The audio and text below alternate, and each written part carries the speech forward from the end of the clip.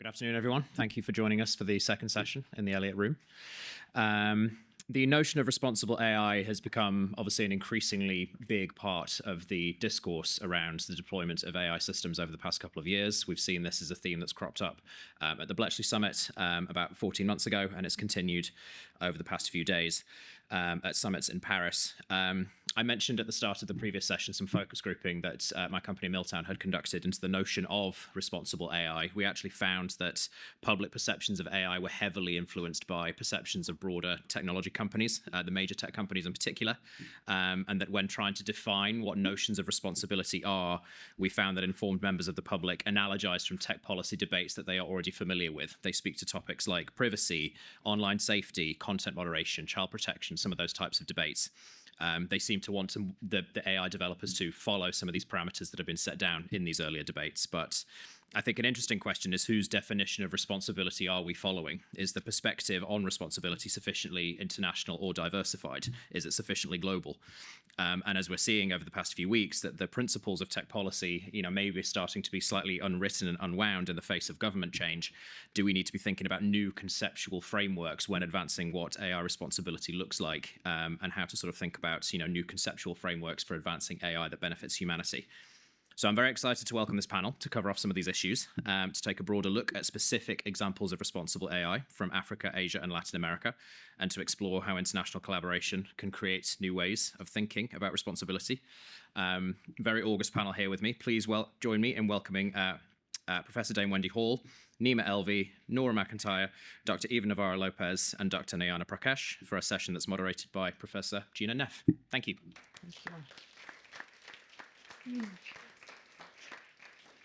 Thank you all and welcome. And for those of you watching, we are in a standing room only room here to talk about practical and actionable ways that international collaborations help make AI safe, trustworthy, and responsible. I've got a great panel here with us. I help to run the UK's Responsible AI UK program as Deputy CEO. And first I'm going to talk a bit with Wendy. Before we get started, my kind of challenge of the last few days is that when we put this panel together, we could easily claim that the UK is a center for responsible AI. We built up rapidly one of the world's leading, if not the world's leading, AI Safety Institute. We went into the Paris Summit with the leadership that had come out of the Bletchley Summit and the Bletchley Declaration in 2023. And we had cards to play in terms of a geopolitical conversation around what safe AI would look like. Now, where are we? So literally, where do we go today and going forward? So to join me first in our conversation, I'm turning to Professor Dame Wendy Hall, who, in addition to being one of the official UK delegates to the summit process, was also a member of the UN high-level advisory body on AI that came out with, remind me, 84 recommendations. No, 6, 7. 7. Wendy, where are we today? There's a lot of people coming. Well, I'm sorry, I'm still I'm sitting in, I can't believe I'm sitting in a small room. I have just come back from the Paris Summit, and last week I was at the pre-summit AI Science and Society meeting, which was fully booked out with 4,000 people, and the main auditorium only sat 650. Speakers got in the front row. So it was, most of the world, a lot of the world's top AI professors were there, the ones that are winning all the prizes. The men, the Turing Award winners, the Nobel Prize winners, they were all there. It was quite heady, and it was huge, and it was cavernous, and it was cold, and it was a lot of queuing to get into rooms, and that was set up by Macron. I had the honour to have dinner with Macron, a small group of people, where he was talking very cogently. He's very charming, eloquent. His English is perfect. Man who was very engaged with, there were about 24 of us, yes, around the table. And then I had to come back here at the weekend, and then I went back out to Paris for the summit proper. Now, I only got invited to the Monday. I didn't get invited. That's the pre-summit day, which is just a bean fest. It was a zoo. It was all quite, sorry, my colleagues in France, quite disorganised. It was very chaotic. You didn't know what you were doing. I mean, just getting in was, I mean, did anyone here go to Bletchley Park? That was a nightmare. But this was even worse. You had to get out of the taxi on the Champs-Élysées and then walk in the rain. It felt like miles to me because I have a walking stick to get to the security hut, get in. There's a lot of security. But anyway, when you got inside, it's a bit like Davos in a sense, because once you're inside, the security's done. So you mingle with anyone who wants to mingle. I hug a lot, so I was hugging all sorts of famous people. But the sessions were up staircases without elevators, and you didn't know. Sometimes it said the sessions were full. When we finally got the programme, you were asked to click. Anyway, I'm just telling you what it was like, really. And I wanted to go to the one on governance, AI governance. And when I clicked on it, it said already full. And when I dug into that, that meant it was invited people who'd been invited only, and I hadn't been invited. And this was being organised by the UN, and they didn't realise what they were doing either. They had no idea that that meant I couldn't. It was just chaos. I did blag my way into that one. But there was no outcome to that day. Right, there were workshops. There was a huge cavernous. The entrance lobby to the Grand Palais where people were speaking. The CEOs of AI companies were pitching their wares. So it's very noisy. And then towards the end of the day, they started to build up for the World Leaders Day.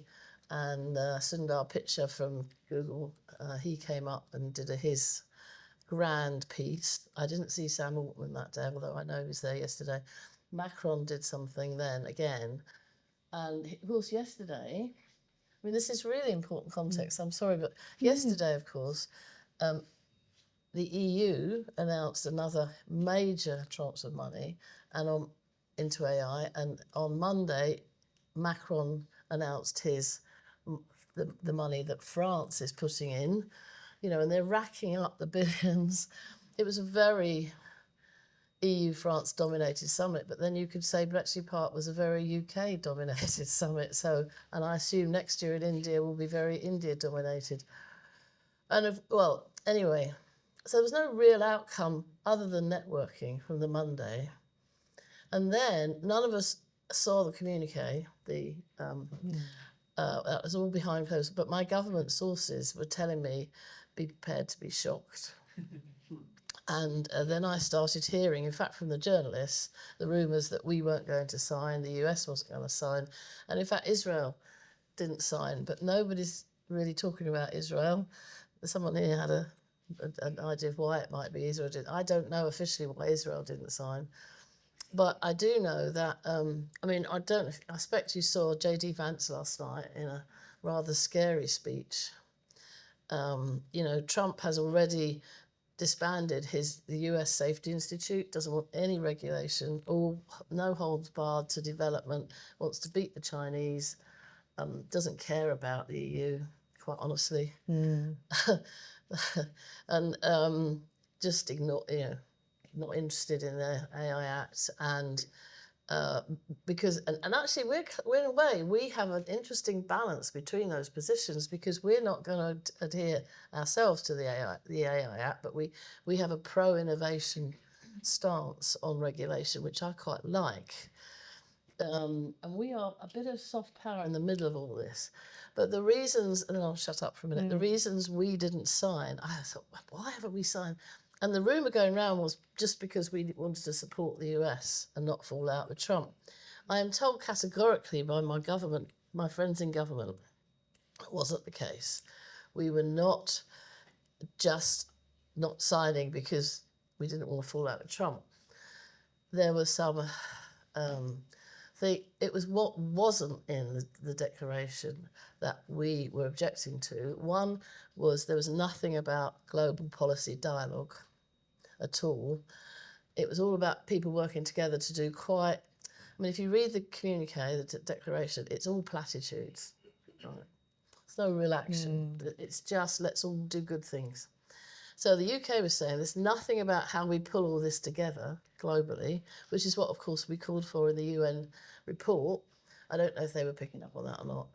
But the other thing was that they were worried about, there was nothing in there about national security issues, about the major risks that really the Safety Institute was set up for. I'm not talking about an existential threat here. I'm just saying major risks. And that's why we didn't sign. I'm going to just, before I turn to the rest of the panel, push a bit on that soft power, because Wendy, you play such an important role in the UK in terms of how we connect globally around issues of AI. And, you know, on the one hand, you were very much a role of helping to create a bilateral AI Safety Institute between the UK and India, a responsible AI institute. You've done incredible work with Singapore, with countries around the world. So what does it mean for the UK to be able to play the soft power role, especially with a changing geopolitical climate vis-a-vis the US and China? Well, that the Chinese were there. The Chinese are were there saying. and the Chinese signed. Remember, the Chinese were not allowed into the World Leaders' Day at Bletchley Park. That's right. They didn't sign Bletchley Park. So the dynamics between those two summits have changed dramatically. That's right. And they're saying they want to collaborate with the world. And I know that. I mean, of course, there's the race between the US and China in terms of who's top dog and who can do it cheapest and all those things. But the Chinese, they have a embryonic safety institute, but they're not allowed into the network of safety institutes. They, as far as I know, they're under push in. There are a number of safety institutes emerging. I don't know what will happen now that Trump's ditched his. I don't know how that's going to work out. We will clearly be the leaders in that area. So the dynamics are constantly shifting. So in a sense, and I just want to make one point before you move on to someone else, that I'm saying I'm not too worried. What's our role going to be? I think we can be that balance between the US and the rest of the world. And I think it was, the media keep asking me, would I have signed, right? Well, I'm not, I'm not answering that because I don't know what I'd have done if I don't want to be Prime Minister. But I think it was quite brave of the government to stick to their principles. Whether that plays out well for us or not, I don't know, and I don't suppose they know either, because I think they were actually shocked that the French wouldn't give in, because we've worked so closely with the French. Sorry, you want me to stop, don't you? I want to just make one point. We worked very closely with the French, and then we couldn't agree at the last fence. We couldn't agree, but if you read the communique, the declaration, it doesn't use the word responsible. And that's, I think, the thing for us to pick up on in here today. What do we do about this word responsible? What do we do about building out an AI ecosystem that works for many people? And I turn to Nima. Nima, hi, how are you this morning? Good, good. Thank you for inviting me. Thank you for being here. Let's talk a little bit about your work with Circle and the really important lens of thinking about what inclusion looks like from different parts of the globe. Of course. A couple of things to start with. I think it was a really interesting point you made earlier around what does responsible mean and what are the geopolitical connotations of this. Obviously, Circle is a fintech business. It is the largest issuer of regulated digital dollars, which means our business is functioning on blockchains. We issue digital currencies across 16 different blockchains. Why am I talking about blockchain when this is an AI conversation? Because actually one of the great use cases of blockchain is using it to ensure transparency in AI models. Mm-hmm. And so what we're seeing in this convergence of emerging technologies is actually that concept of responsible is getting much broader. we have transitioned and permeate between ethical and responsible and inclusive AI. Well, what does that require? It requires the convergence of different technologies. And one of the key use cases for us is actually financial inclusion, using blockchain technology to enable people to access currencies in global markets where they just wouldn't have traditional access to banking. So much of my work, both at Circle and previously, is around Africa, and particularly leveraging emerging technologies on the continent. And what's interesting there is there has always been a discussion around leapfrogging. And fintech is one of the key success stories from the continent, right? M-Pesa, everybody knows about mobile money. Many would argue that your Apple Pay and others is an innovation that stemmed from that part of the world. And what AI is enabling is really augmenting these innovations to be able to enhance how people are able to live each and every day. And so things we take for granted. You have a bank account here, you get a credit card, you build up a credit history. But if you live in a rural community in East Africa where there isn't a local bank and you don't have a credit history, then how do you engage in Do what India's done. Right, but this is the point. So what they have started to do is using AI to start building credit histories for people based on their mobile usage, their payments, their e-commerce in some spaces. And, players like M-Pesa, M-Copper, others, Tala, are doing this. And for us, I think this is a good example of AI working alongside other emerging technologies to ensure financial inclusion.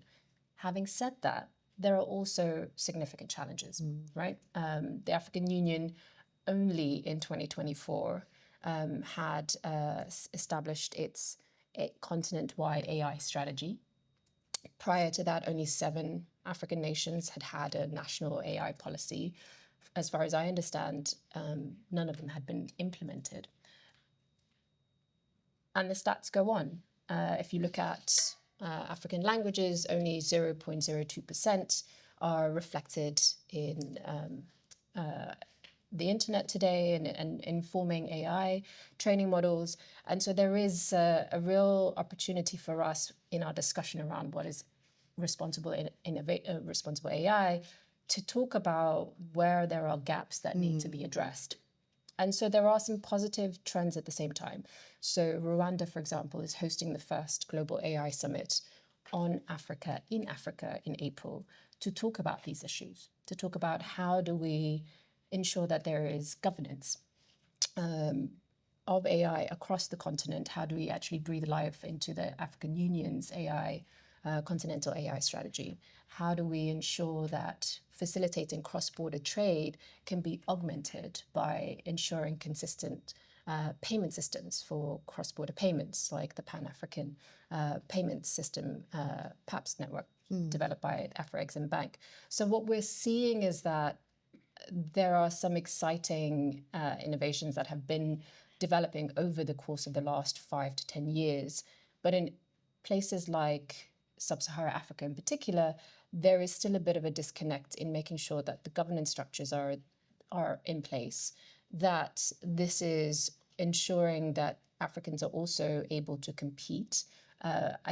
When I was in Davos last month, one of the African leaders I was speaking to said, we're really excited now with an innovation like DeepSeek because it's given us the chance to get back in the game, right? It's no longer spending tens of billions to be able to train AI models. So there is much more excitement about the possibility of Africa really being able to be back in that kind of leapfrogging phase, particularly as it pertains to AI. That's great.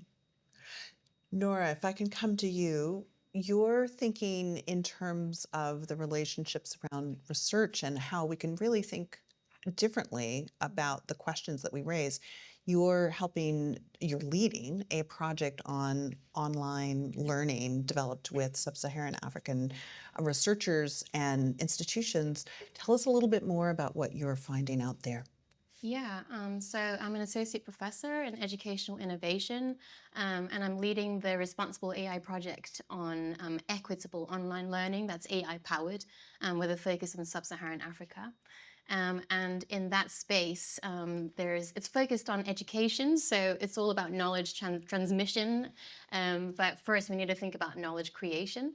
First, we need to think, how's knowledge previously been created so far, and how has education actually been designed and delivered so far, especially where the sub-Saharan African population is concerned.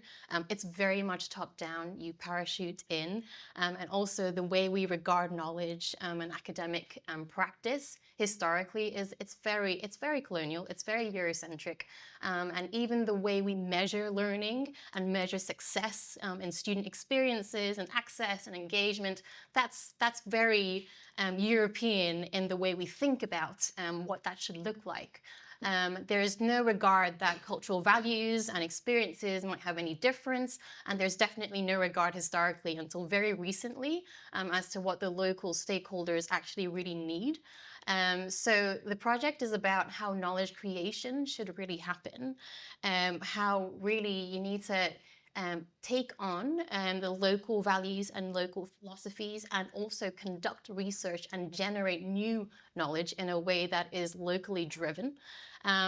And then you scale from there. So it's very much in line with the African kind of philosophy and ethics, for example, the Ubuntu view of how research should be done and how researchers should engage with local stakeholders, including the learners and the community members themselves.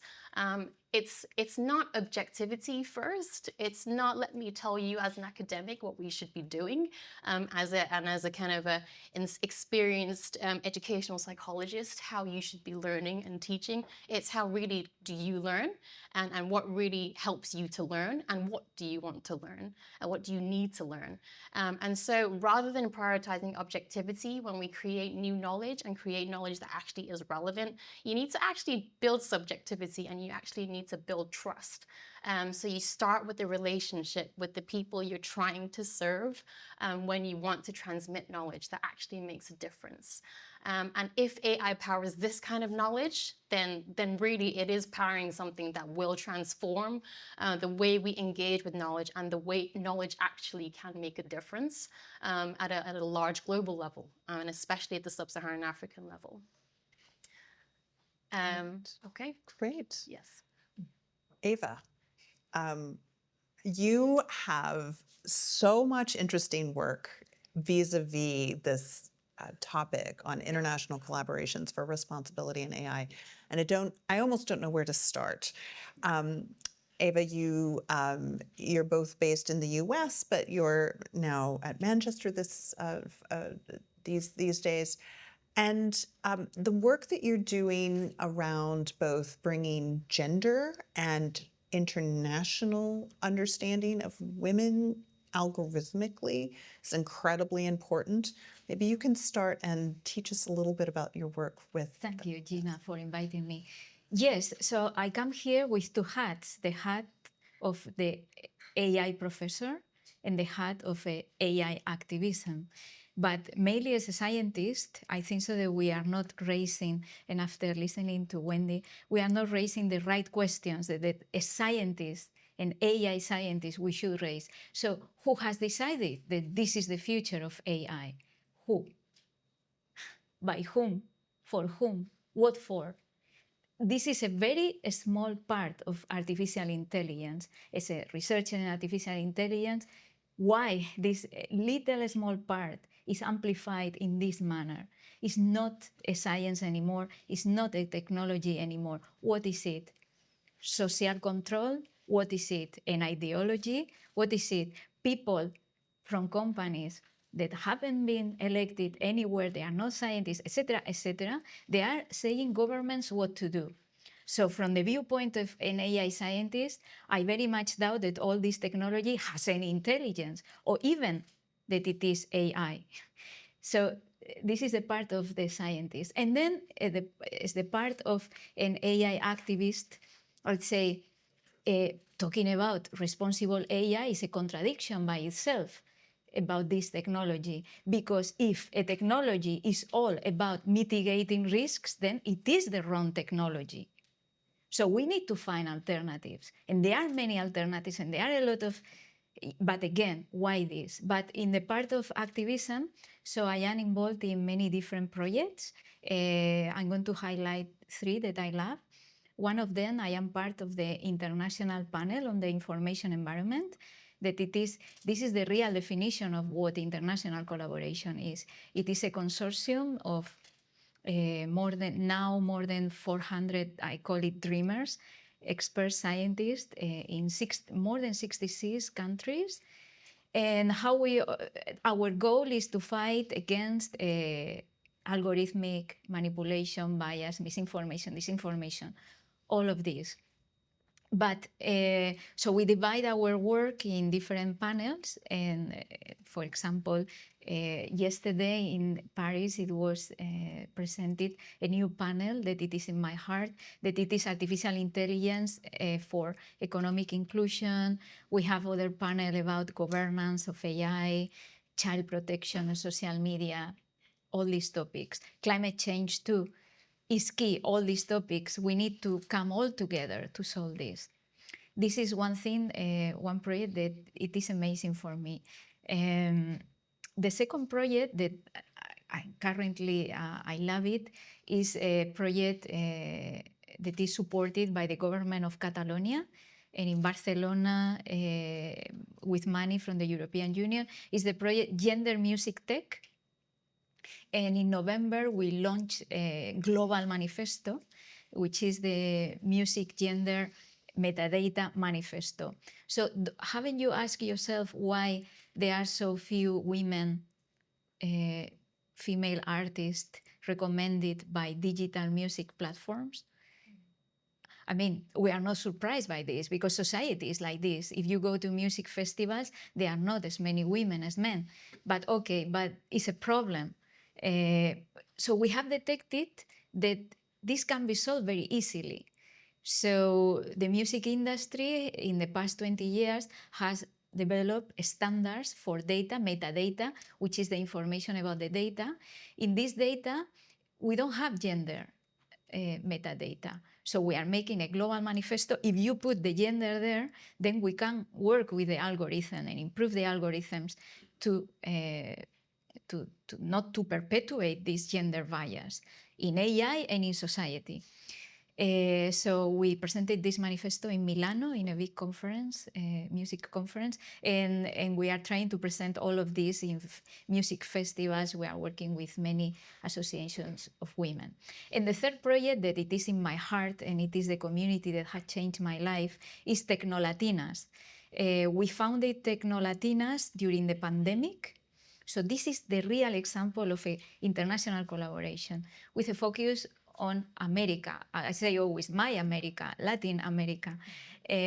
So we found it's an online community, it's a community of support made by people who identified as women. And is that, so we try to democratize technology, now lately AI, we organize events, branch techs, but mainly we are supporting each other, which is something that I miss in many women in events that I have organized many of them, but I think so that now is not the way to move forward. But Tecnolatinas is very genuine. So yes, these are the projects that they are in my heart now, and we are trying to make a positive change globally. And I think that question of how we make change in this particular moment is we're going to keep coming back to on this panel. Nayana, Dr. Prakash, I turn to you. So your research has really drilled down into stories, who has the right to tell stories, how that changes in a globally connected, digitized world. And now you're working in questions of security, digital security at Chatham House. Bring to us a little bit of the importance of why getting these narratives right and right now are so important for responsible AI. Thank you, Gina, and thanks for calling me Dr. Prakash. It's a relatively recent addition to my life. I will always count on me to do that. Thank you. So I think, so yes, I work in the International Security Program at Chatham House, and a lot of the work we do is centered around the US and of China. But I'm really glad for this opportunity to talk about other countries and their dynamics, I think, in this responsible AI debate. I think one thing we haven't really talked about yet on this panel is how tumultuous the last few weeks have been for the US in the AI space, in many other spaces as well. And I think that, one narrative that's been really pushed by the US in the last few weeks and that's been made abundantly clear is the fact that the US is no longer going to, if it ever did, lead on issues of diversity, inclusion, and equity. That's not a priority for big tech companies in the US going forwards. That's not a priority for the US government. And I think looking at that, many other countries will be looking at that and thinking about questions of AI safety, which JD Vance also kind of disavowed yesterday. And thinking, where do other countries fit in now? Like, who's going to lead these conversations? Who's going to be taking ownership of these debates on a global stage? We might expect it to be the UK in some capacity. We might expect it to be the EU. But I'd like to see some of these narratives driven towards what more kind of global countries in the global majority can do in terms of setting the standards for these debates. And Majority, not global south. Is that what we call it now? I think that the conversation, is both global majority and, depending on the use case, global south as well. I never know what to say. But these conversations are already happening. We pointed to the AI summit in Rwanda and the kind of discussions that will come out of that, which I think are really important because they're also culturally specific to a context in a way that a global AI summit can never be kind of culturally specific. This one was. It's very French. Oh, okay. Well, culturally specific to the French, I suppose, is French. its own kind of cultural specificity. There are all these conversations happening in India at the moment, and we talked about how the next year's summit might be more India focused. But, a lot of my work was actually looking at kind of storytelling in the Indian kind of tech context. India is a country that I think has a tremendous amount to offer the world in terms of the tech that it creates. We kind of briefly alluded to this payment system earlier, which is UPI in India.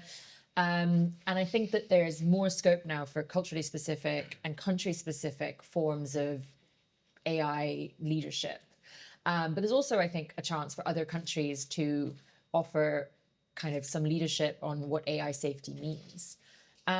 And I think the other kind of point of this kind of narrative idea is, it may seem like the word stories may seem like a strange word to align with tech, but I think it's important to remember that all of our thinking and our imaginaries about tech are kind of formed and informed by narratives, whether that's science fiction.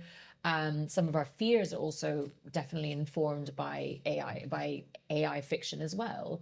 And I think it's only right that these imaginaries, these visions, as we alluded to, what AI could look like, what responsible AI could look like, are also driven by stories on a kind of international scale.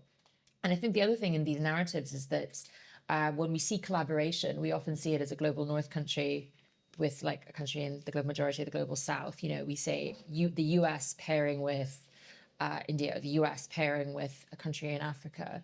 But we don't really see kind of these collaborations, or we don't think of them happening between other countries in the global south and the global majority.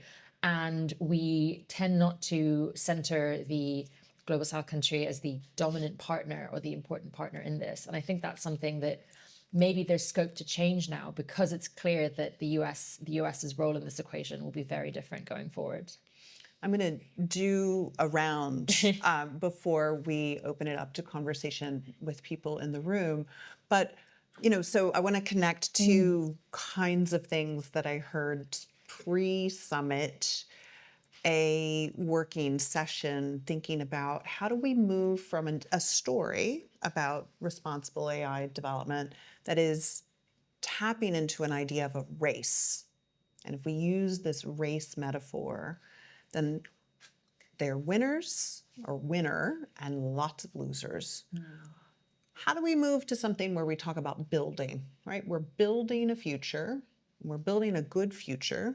How do we make sure that we build a future that works, houses that work for people in multiple places, right? That we have AI that work. And this is what I was so powerfully taken by Nima's Nima's intervention, bringing in this idea that, you know, the fintech we enjoy in London is really an outreach of things that have been going on in Kenya for 10 years prior. So 15, right. So how do we think now about these collaborations, these successes that help us fuel this forward? And then yesterday, a sideline event I was at in the Australian Embassy in Paris was really thinking about what does responsible AI look like in the Pacific regions and Southeast Asia, where Australia is positioning itself as one of the regional leaders. And so having this conversation where the Philippines, Malaysia, Indonesia came together to say, this is the challenge we have and we face. Nobel Prize winning economist Joseph Stiglitz was there, and he threw a firebomb into the conversation. And he said, you know, if we don't prepare societies for these changes, we are going to have dramatic and drastic upheaval. He said Trump is not a problem. Trump is what countries will face. Countries will see what will happen if they don't manage their change. They will end up, the implication he said, with populist leaders who stir chaos rather than build towards those good futures. So I wonder, thinking across this panel, what are the successes? What are the stakes and successes of the work you have done concretely in terms of building these kinds of international partnerships? So Wendy, we just alluded. So I say, can I interrupt you? Yes, please. I'm in India next week.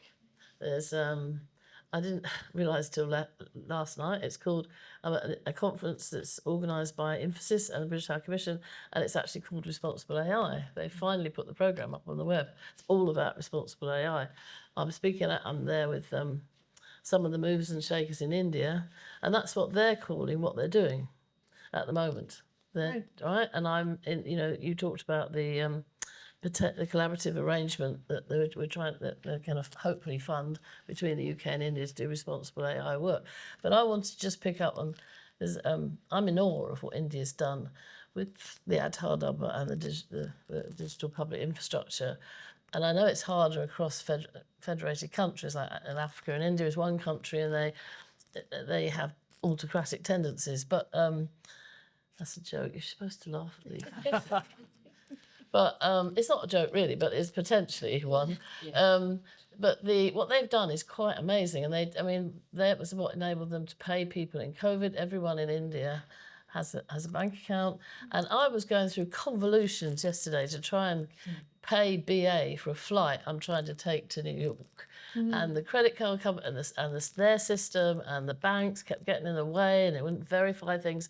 And I'm hiring a driver in India for the time I'm out in Bangalore, and I can pay him directly into his bank account straight away. That's right. And he didn't have it. So when you say we're way behind in this stuff, right? And partly because we have vested interests that they want to keep making money out of credit cards, our bank accounts, and everything else, and we can't go to a simpler system easily because of that vested interest, which gave us a advantage way back, but now we're at a disadvantage, I think.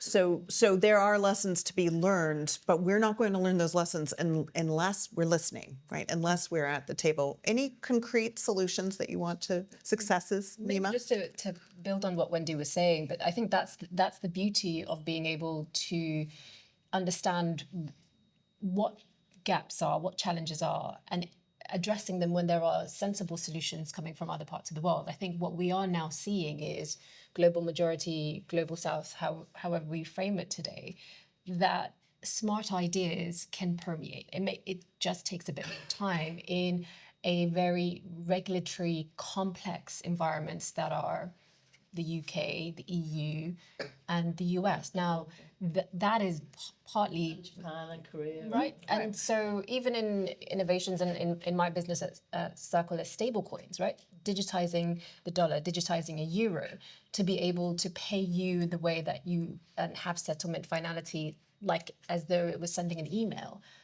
The challenge is the lack of regulation or really restrictive regulations in this part of the world. But in emerging economies, you literally just, it's like sending somebody an email. Yeah. You get it straight away. Yeah. And so how do we ensure that in this global conversation around responsible AI, we're not stifling the innovation because we are looking at it at the lens of we need to regulate this very heavily. And this is conversations I was having with the European Commission at this, a few years back as the AI Act was being developed. Like, how do we ensure that we are not baking in unintended consequences by having a regime that doesn't actually have an opportunity to be updated as a governance sector, right? Like at the time when I was speaking to Killian, there wasn't a way in the statute to be able to review it every few years to see if there are AI innovations that should be captured as high risk, right?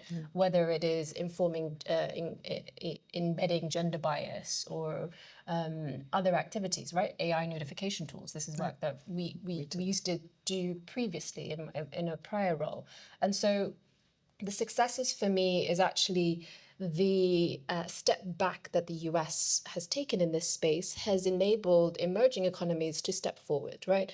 For the continent of Africa to say we need an AI summit, and the Rwandan government to take the leadership there to say we will host it so we can have a nuanced conversation about the realities of AI infrastructure challenges on the continent, right?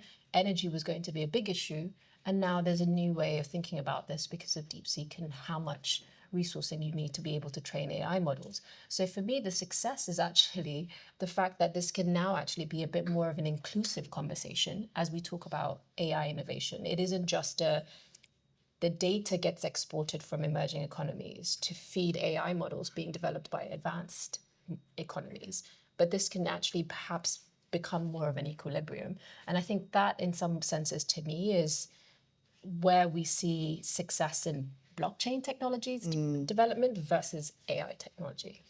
I'm gonna I think I marvel at your optimism. I'm gonna just play that back through a different lens. So I'm not gonna put words in your mouth, but no, I'm gonna before I bring in everyone else and then come to the people in the room. The US stepping up and saying, we're going to take an America first approach to AI development could be seen by some as drawing a line and saying, we're going to stop the race to protect the winners. But because they're giving up soft power in this space, because they're stepping back in regulation and leadership in what responsible AI could look like, it may open up new kinds of visions rather than stifle them. Really did do regulation. Biden only did a self-regulation executive order. Well, to be fair, and then I see Nyana wants to jump in, but to be fair, the Biden tact was always something that my colleague has called the Pax Technica. It was to say, play with a set of rules and we'll have light regulation. So that was the Biden pathway forward. It's also the optics of it. Just to make that a bit more nuanced, I think the conversation today is that actually there is a lot more room for emerging markets to take ownership of how responsible AI is developed, regulated in their jurisdictions, rather than having to adhere to a global framework that was perhaps something that was not as informed, right? Even when the UK hosted the AI summit, there were one, maybe two African nations represented. So I think there's just more of an honest conversation today about actually the nuances of what responsible means and how both the innovation and the governance models are developed. Eva and Nayana, you both want to come in. Eva first. Many ideas, but yes, I want to keep positive because it's so wrong what is going on now is the current AI status quo that I believe that we are going to come together and we are going to create alternative world to this because I call it lack of inequity, exclusion, inequity and exclusion. So we are all excluded, women, disadvantaged backgrounds. Is all this the AI done by the by the privilege for the privilege, and it's always this conversation. We are put Europe, the UK, the USA in a. We are not putting ourselves in an equal position with other countries. So we are the creators, the others are the users. So I am optimistic, and there is going to be a counter movement against this, and let's hope that And we reject this complete wrong AI current situation. Nayana. Yeah, we are kind of talking, I think, about two different streams here, innovation and safety, and they don't necessarily always match up, even though they definitely can. I think, on the topic of India, which we talked about so much, India is obviously such a unique country in this space because it has a huge population, a really big tech industry. Not every country and very few countries are going to have the scope that India has to develop and innovate in this kind of sphere. But I do think that the possibility of going to countries and saying, actually, India does this amazingly well, like the UPI system, or data being really, really cheap in India and, never really having that issue. Whereas I think even in the UK, we have issues with data and we have these kinds of problems. So being able to go to other countries or have these dialogues with other countries and being able to say, you do this incredibly well, or like, this is a system that we'd like to bring here. It's not going to be as easy as actually doing that. As you say, there are protections in place. There's a reason why banks, for example, wouldn't want UPI to come to the UK.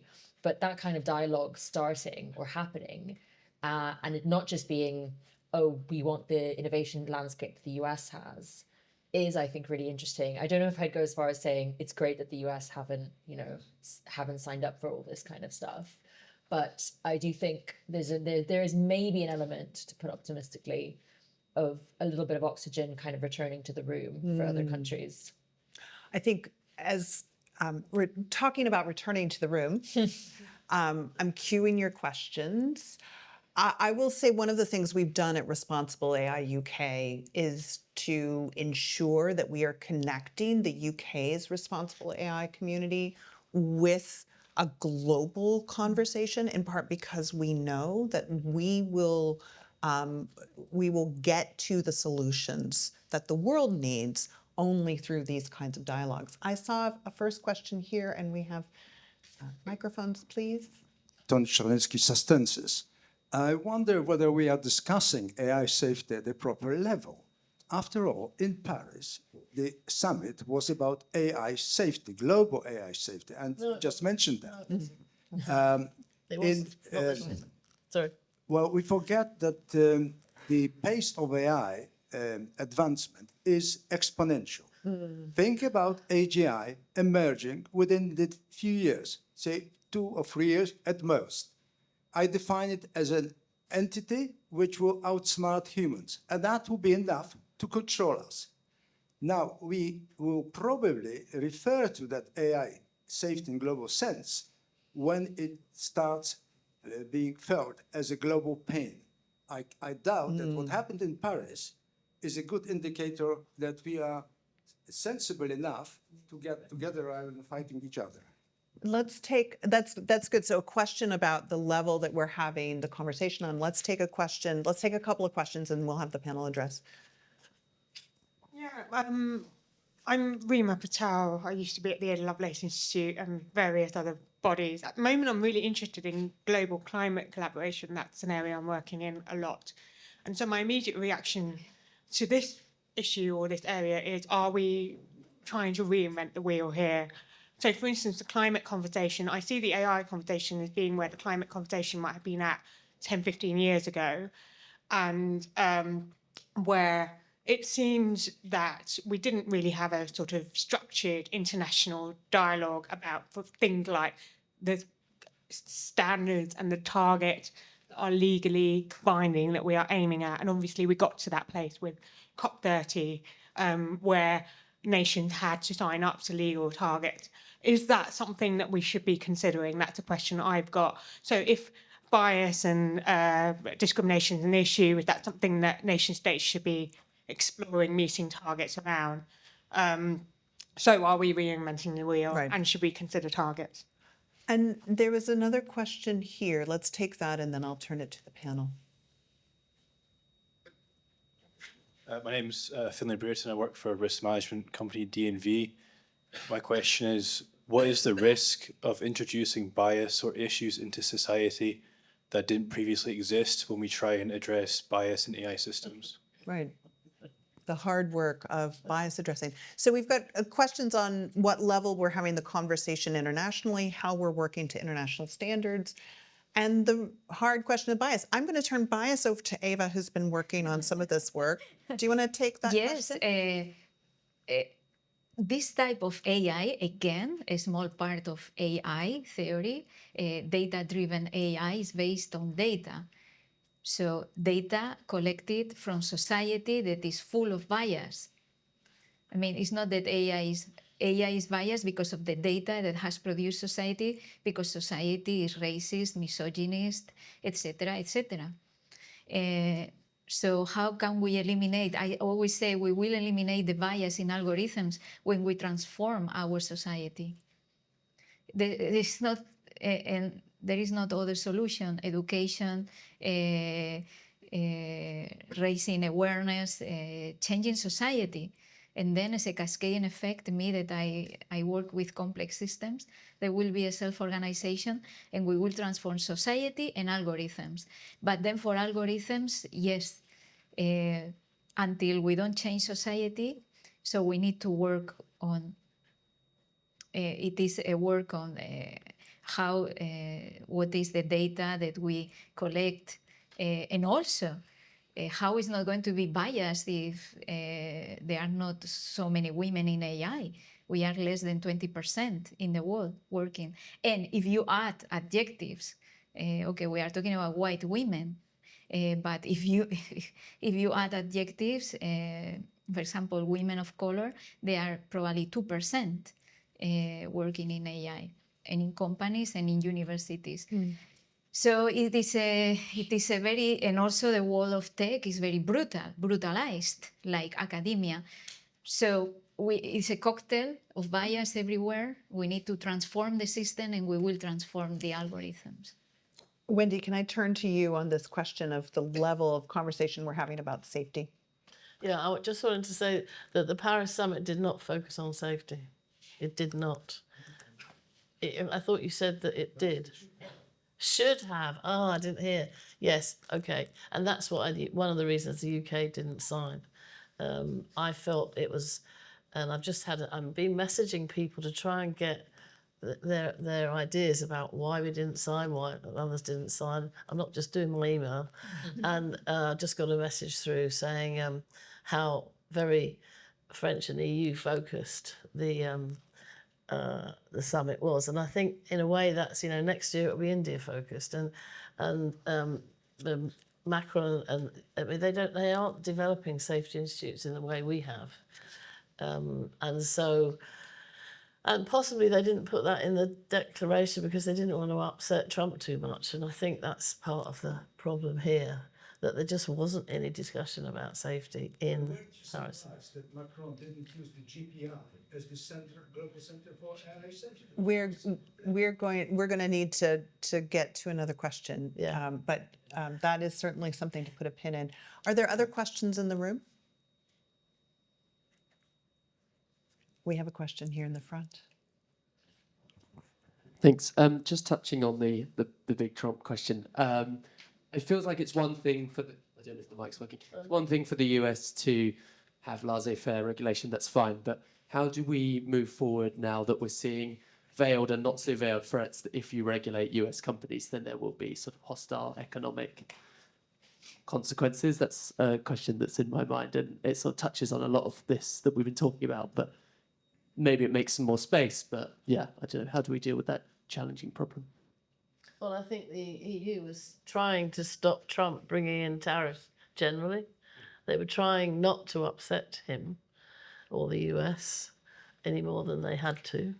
So I actually think the declaration is just platitudes, to be honest. And can I just say, Karima's point about climate, that it talks about sustainability, but I don't know if you, when you said on the targets, did you mean targets for the AI industry, the AI world or ecosystem, or targets? I think international targets. For what? For instance, environmental targets around the use of AI. Mindful. I'm mindful that this conversation, because we're streaming, we can't have a conversation off mic. So let's Sorry. and yeah. Sorry. So And we could go on and on and on about that. And the UK is setting up an AI energy council, and that, yes, and the panel before this one. So for those of you who can follow on YouTube, the panel before this one on AI and sustainability talks about the AI and sustainability summit that was happening in Paris alongside this official summit. So there and the UK did sign up to that, and it the UK signed up to the one on cybersecurity. They keep saying to me, we did sign everything except the actual declaration. That's right. So questions are going to remain how we're going to get AI safety work done in a Trump world. I'm going to come very briefly with a hot take before I turn to the reasoned takes on the panel. The hot take that I have to the question in the front on tariffs and the worry about what Trump does. As someone who holds both British and American passports, I'm excited for tariffs. Why? We have a few short months to the US midterm elections. The higher the economic damage will be in the US, the more chances that you will get a changeover in the composition of the House and Senate with the midterm elections. So just hold on for the midterm elections, because if US voters are voting with their pocketbook, these tariffs are going to be terrible for the US economy. It may cause and wreak havoc along the world, but US voters will vote their pocketbook and they'll vote Republicans out. That's my hot take. Now, in 30 seconds, panel, what's the one concrete thing we want to leave this audience with? Wendy, you'll come last. Nima. That this is actually an optimistic time for me. I don't see it as a doomsday. I do actually see that, to the point we made earlier, it's now going to be a global conversation and a more hopefully inclusive conversation from emerging economies on this. Nora. But we should leverage cultural values and cultural kind of wisdom. There's a lot that local contexts and populations have already demonstrated that they're able to do with embracing innovation. Let's take lessons from that and really engage local communities for a real dialogue. So the alternative future of AI is possible, and it lies in diversity of people and ideas. We should allow and encourage non-US, indeed non-China countries to take up space and dominate and organize and control these discussions in the next few years. 10 seconds, Wendy. UN report, we recommended the big science reports we're going to do. We got the first one on safety. We recommended global dialogue. We recommended reaching out to the global south or majority, I don't know what to call it now. And so, with the compute and there's a lot. I was really pleased to see a lot of support generally at the summit for those recommendations, although that might well not include President Trump, but generally there was a lot of support for that. We have work to do. Thank you all for joining us. Perfect. Thank you. Thank the panel.